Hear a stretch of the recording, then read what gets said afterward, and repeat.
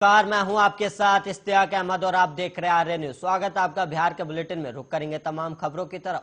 एक तरफ लालू यादव अपने छोटे बेटे तेजस्वी यादव की शादी में करा रहे हैं और वहीं दूसरी तरफ दिल्ली के संसद में उन पर लल्लन सिंह हमलावर रहे थे। और कल सेंट्रल विजिलेंस कमीशन और दिल्ली स्पेशल पुलिस एस्टेब्लिशमेंट संशोधन विधेयक पर चर्चा के दौरान जनता दल यूनाइटेड के राष्ट्रीय अध्यक्ष और मुंगेर से सांसद राजीव रंजन सिंह उर्फ लल्लन सिंह ने राष्ट्रीय जनता दल के राष्ट्रीय अध्यक्ष और बिहार के पूर्व मुख्यमंत्री लालू यादव पर खूब तंज कसा है।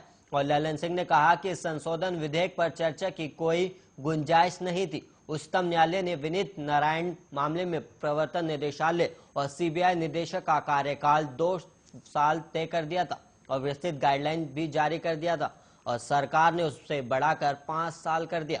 और इस पर चर्चा क्या हो सकती है? लल्लन सिंह ने कहा कि जब स्वतंत्र जांच होती है तो जो पकड़ाते हैं वो कहते हैं कि प्रभावित है और हमारे बिहार में भी हुआ है। और चर्चित चारा घोटाले में 99% दोष सिद्धि की दर है और इसके एक आरोपी थे। जब वो जेल चले गए तो गेस्ट हाउस को ही जेल बना लिया और उच्चतम न्यायालय ने 12 घंटे में जेल जाने को कहा था तो तत्कालीन गृह सचिव राजकुमार बाबू ने उन्हें 8 घंटे में ही जेल में शिफ्ट कर दिया। इसलिए हम इस संशोधन बिल पर बहस की कोई गुंजाइश नहीं है। अगर कोई किसी को फंसाता है तो न्यायालय है और वहां कोई भी जा सकता है। बिना साक्ष्य के कोई किसी को गिरफ्तार नहीं कर सकता और ईडी तो बिना साक्ष्य के किसी को गिरफ्तार करती ही नहीं और वो विस्तृत जांच करती है। और इसलिए मुझे लगता है कि लोग अपनी पीड़ा को इस संशोधन में उजागर कर रहे हैं।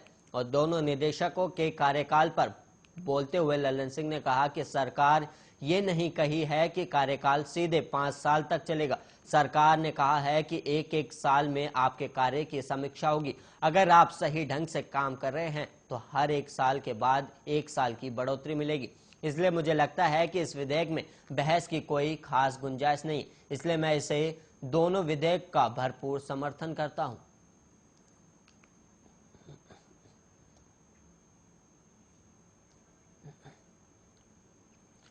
ओमिक्रॉन के दहशत के बीच बिहार में कोरोना ने रफ्तार पकड़ ली और राज्य में गुरुवार को 17 नए कोरोना पॉजिटिव केस सामने आए और इनमें 14 केस पटना जिले से हैं। और वहीं आपको बता दें कि किस दिन बाद इतने सारे मामले आने के बाद स्वास्थ्य विभाग की चिंता भी बढ़ गई है और अब राज्य में एक्टिव मामलों की संख्या बढ़कर 49 हो गई है।